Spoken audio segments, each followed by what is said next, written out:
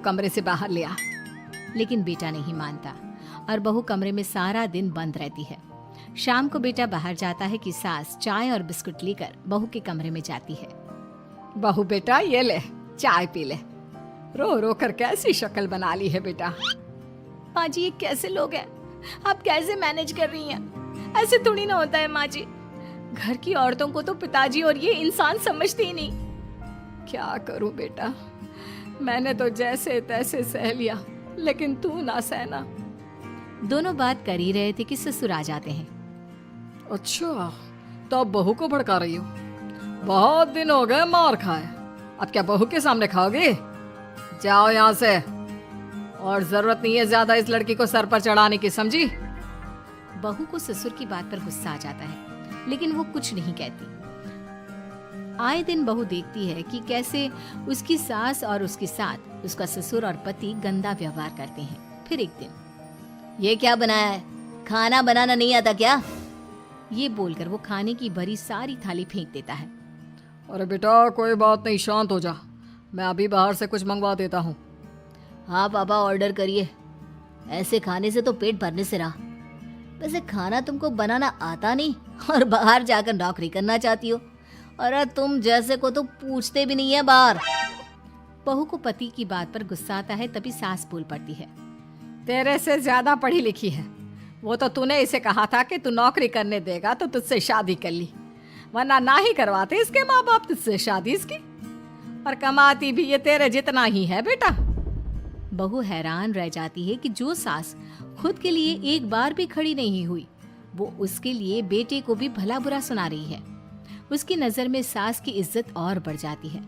वो सास को देखकर ये सब सोच ही रही थी कि उसके कान में एक जोर से चांटे की आवाज आती है। किसको मार पड़ी? वो देख ही रही होती है कि उसकी नजर जमीन पर बैठी सास पर पड़ती है। अभी तो धीरे से मारा, फिर जुबान खोली ना तो ऐसा मारूंगा कि कान के पर्दे फट जाएंगे। सास रो रही थी। बेटा और पति वहां से चले जाते हैं। पिताजी अच्छा किया माँ को जोर का चांटा लगाकर, आगे से जबान खोलने से पहले 4 बार सोचेंगी। बड़ी आई। दोनों हंसते हुए वहां से निकल जाते हैं। बहू सास को उठाती है और पानी देती है। मैंने ये दिन रोज देखे हैं बहू, लेकिन तू नहीं सहना। तू अपना जीवन अपने अनुसार जीना। शादी के वक्त मैंने तेरी माँ से बात करने की कोशिश की थी, उन्हें बताया था, लेकिन वो नहीं मानी। बहू सास को पकड़कर रोने लगती है। वो इसलिए नहीं मानी क्योंकि वो मेरी सगी माँ नहीं है। माँ जी जिस तरह से आप मेरे लिए खड़ी हुई है ना, मेरी माँ भी नहीं हुई। बेटा मैं तेरा भला चाहती हूँ, तू नौकरी इस घर में रहकर तो नहीं कर पाएगी। एक काम कर, इस घर से चली जा, पैसे कमा और खुश रह। माँ जी हो सकता है कल तक मैं आपके इस फैसले को मान जाती, लेकिन आज नहीं। माँ जी आप यहाँ इस नर्क को झेले और मैं आपको छोड़कर चली जाऊं? नहीं, कभी नहीं। अगले रोज, सुनिए वो क्या है ना, मुझे कुछ कपड़े और गहनों की जरूरत है, तो जरा पैसे दीजिए ना। अब आप घर के मर्द हो तो पैसे तो आपसे ही मांगूंगी ना, बुरा तो नहीं लग रहा ना आपको?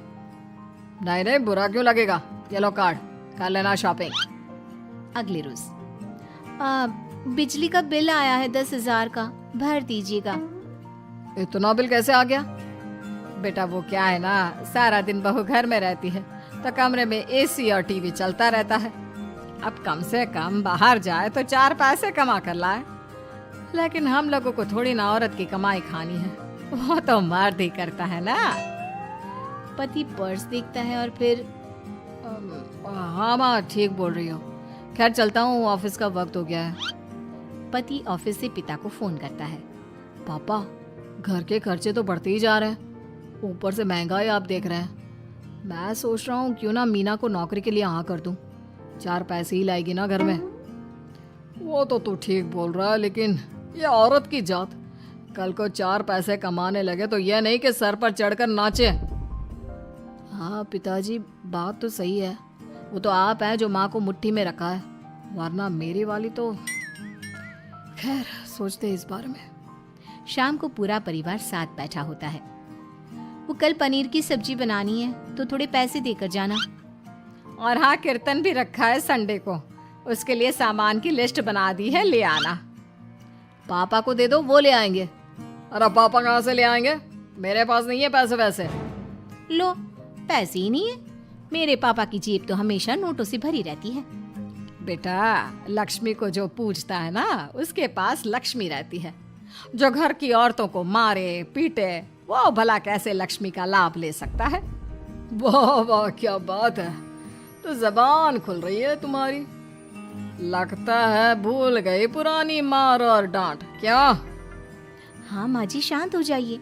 मैं नहीं देख सकती आपको मार खाता, और फिर हो सकता है कि मैं आपको बचाने आऊं तो ये भी मुझे मारे।